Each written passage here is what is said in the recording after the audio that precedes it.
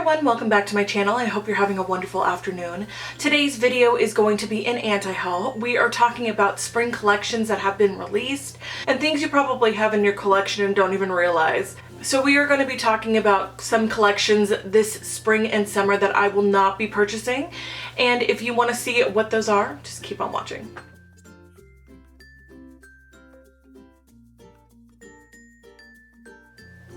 So there has been quite a bit of makeup released for the spring and summer. We are really getting into the nitty-gritty now that summer is kind of upon us. Spring has come and gone and summer is here in full force, especially in Arizona. It's really hot.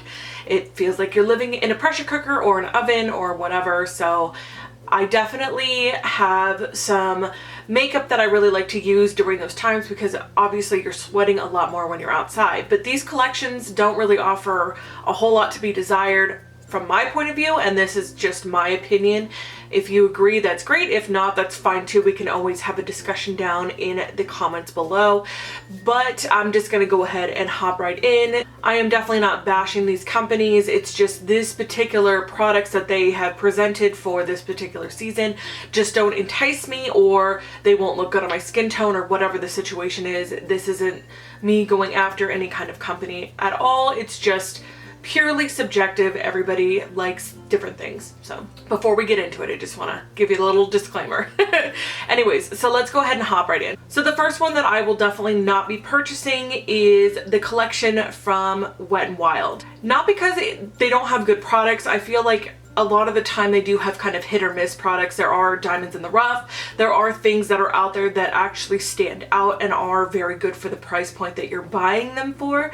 But this particular collection just does not speak to me. I have been watching a few videos, reviews, first impressions, pigmentation, things like that on this particular collection, and it's very mixed. So I have heard a few good things about the little unicorn brush, and I have seen swatches of the highlighters and the loose pigments. The lipsticks themselves in this unicorn collection do not entice me at all. Those are not something that I would wear on a daily basis. They're not something that I would wear at all, other than being maybe for a 80s glam party or maybe Halloween. It just is not something that I would want in my collection because I would not get use out of it. The pigments look okay. They do sheer out quite a bit, and because of that, they don't have as much intensity as I would hope, especially for the fact that they are so pigmented in the actual container. I feel like you would probably get a little bit more pigmentation out of maybe a L'Oreal Infallible shadow, the little square ones. Something like this, I feel like you would get a little bit more pigmentation out of than the Wet n Wild pigments. I do feel like the highlighters are underwhelming. There is a lot to be left to desire on these. I don't feel like they are something that you need to run out and get immediately, because I feel like Wet n Wild has put out some amazing highlighters with some amazing pigment, and these are very sheer. They are buildable, but they do tend to not have as much pop as I would hope, because they have put out the 24 karat gold one, which I do have in my collection, and some of the spring collection highlighters that were freaking fantastic, which I'll show you. Hold on. So these are the ones that I was talking about. The formula on these guys are amazing. I can't get enough of these. This one is in Precious Petals, which is fantastic. This one is a little darker for my skin tone, but I like to use it as a blush overlay, and that's Crown My Canopy. This one is beautiful. The Wet n Wild Mega Glow highlighter, and this was the spring one, and this is the Sweetest Bling. It's the pink one with the heart. This one is fantastic as well. And then if you could get your hands on this one, it was very limited, it was very hard to get, was the Highlighting Gold Bar. These four are fantastic. They have a lot of pop. They just give you that glow. And if I'm gonna use a highlighter on my face, I want people to see it. I don't want to have to build it up. I don't want it to be super sheer. I want it to show. So those ones in that formula are fantastic. The ones in this collection do not have the same oomph to them from what I've been seeing, and a lot of the people have been giving them mixed reviews. They are buildable and you do need to use like Fix Plus, but I feel like they're a little gimmicky and they're just not something that I'm gonna buy and put in my collection because I'm not gonna get any use out of them. I do want to be that person that does their research before they buy, because I don't want anything in my collection I'm not going to use. A lot of the times we go in and we get so excited because of the packaging and being enticed and the hype behind it and all of that, and the fact that it says limited edition or whatever it says on it, we get a lot of that in our heads and we want to buy. So I'm just trying to be a little bit more informed. I want to do a little bit of research before I actually buy. I don't want to be the first one on YouTube with it. You know what I mean? It's a vicious cycle, so I'm trying to break that and be a lot more informed before I make a decision. So I will definitely not be purchasing this, even though it looks really cute and it is something probably would be better for younger girls, maybe in middle school or high school. If they're starting out with makeup, they're not going to be buying something that's, you know, a $70 or $80 collection or a $150 collection. This is like a $32 collection, but it is gas money, that is groceries. So obviously there is stuff that's left to be desired. So the next one on the list of collections for the spring and summer I will not be purchasing is from Colourpop. I did actually just buy a ton of their pressed shadows and I've heard amazing things. I did a lot of research. They first came out about 4 months ago and everybody and their mama was talking about them, so I really wanted to do my research before purchasing them. But I do not find myself being enticed by this particular spring, summer, birthday release. I find that the shadows are really good. They have a ton of pigmentation. They're really smooth, but the actual colors themselves, they're very light, and I don't see myself actually using the green or the purple very much. I don't usually kind of tend to gravitate towards those in general unless I'm doing a very specific look. I find myself using more neutrals, obviously warm tones, cooler tones, but more neutrals at that. The fact that there are 3 glossy lips, and I don't wear a whole lot of gloss to begin with. I do, and I have been lately, obviously with my favorites video, you guys know that I've been using the e.l.f. gloss oils a lot more, which I freaking love, but I do not use gloss all that often. I am very much more a matte lipstick kind of girl. I don't really like the glossy lip. I think for summertime I'll probably be using those e.l.f. lip oils a lot more, but I will not be using a lot of other glosses. I mean, the only other gloss that I absolutely cannot live without, and it's only because I've been using it for years, is the Buxom lip glosses that have the plumper in them. Those are the only other ones I'm really religious towards because I like the formula on them. I am not somebody who really likes a crazy glossy lip. I'm not somebody who does like a statement lip that has a bunch of gloss and goop and all of that. I don't find myself really liking that. I'm definitely much more of a matte lip girl. If you've been around a while, you kind of already know that.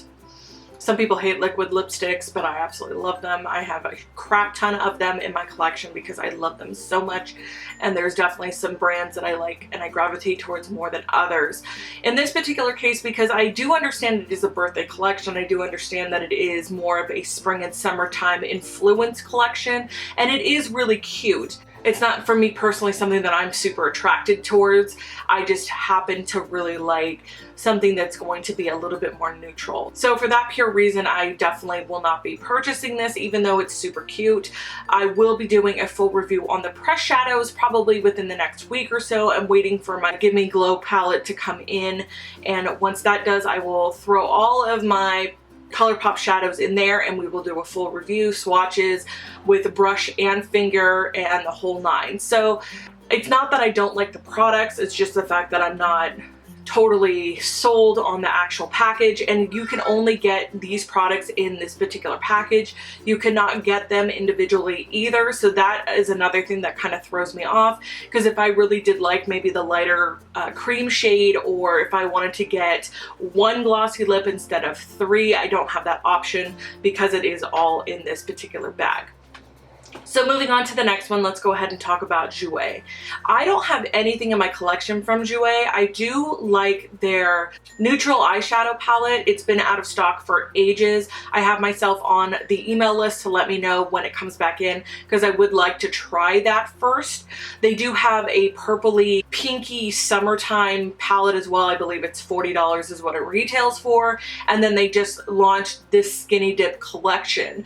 Again, I really do like the idea of something that's more springy and summery, but the palette itself is all eyelid shades. It's 6 colors for I believe $40, and their neutral palette, which has 12 shadows, is $40 as well. So I kind of feel like you're not getting your money's worth with the palette itself, because if you buy the obviously everything is individualized, so you can actually buy it individually, which is great. Colourpop doesn't offer that, but this one also does do the packages, and you can get the lip topper and all of that. Again, I don't really gravitate towards the lip toppers or the glosses all that much because that's just not my look. But if you are into those, you can buy them separately. Do you like the highlighters? Those would definitely be something I would be interested in individually, but I would not buy this as a package just because the eyeshadow palette is just not my cup of tea. I think that it has a great pigmentation. I think it has a great formula from what I've been seeing in the swatches I've been seeing online. All I'm saying is that one palette with 6 eyelid colors has little to be desired because I don't have to jump into another palette so that I can create a look with a crease color and all of that. So this is definitely a little bit more specific for specific people, and they all are more on the silvery glittery side, and I feel like they do have a little bit more of that intensity with these eyeshadow shades. They are really pretty. I just don't think that I would spend $40 for this palette when I can actually get a palette that has the crease shades and everything else from their neutral line. So I definitely will be passing on this, not because it's not absolutely gorgeous and it's got a lot of glitter, but the fact that I just can't justify buying one palette for all eyelid shades. So the last collection that I will not be purchasing is from MAC Cosmetics. Not that I don't absolutely love MAC. I have been kind of gravitating towards other brands, obviously with their staples, the Fix Plus, their paint pots, as well as their skin finishes. Obviously those things are revolutionary. They're things that have been put out on the market way before everybody else. They have gotten a lot more love because of those staple products in people's collections. This in particular does not entice me. Some eyeshadow palettes, lipsticks, some bronzers, and a Fix Plus that has new packaging.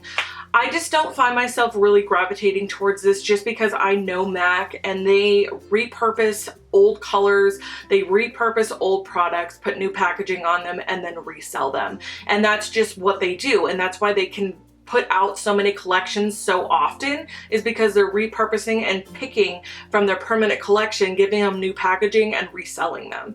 And honestly, I don't really care about packaging more than I care about the product inside. It does state that the formula on the eyeshadows, I believe, are a little different than their round pressed shadows that you can buy individually, which is fine.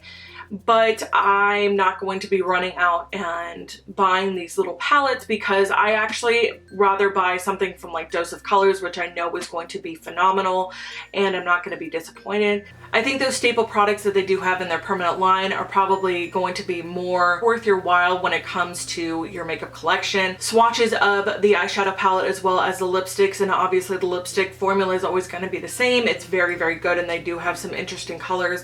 A really pretty nude I saw, but I'm not going to run out and buy it just because I do have Honey Love, Velvet Teddy, and a couple others in my collection that are really gorgeous nudes from them that I don't need another nude lipstick because of the packaging. That's all I'm saying. Thank you guys so much for tuning in. I love you so much. I hope that you like this video. If you have not already, please go ahead and hit the subscribe button down below and the bell for notifications of upcoming videos. We do have a lot coming up.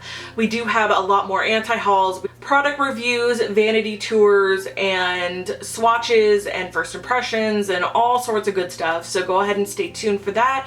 It should be coming within the next week or so. It just has been kind of crazy this last couple of months, so I'm going to be posting a lot more during the summertime, so I'm really glad that you guys are tuning in.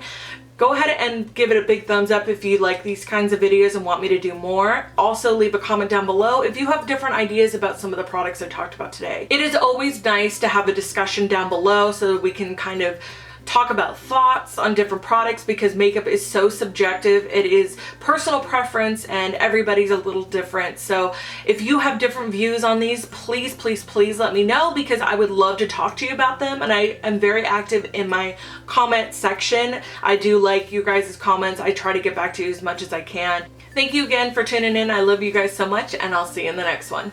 Bye guys.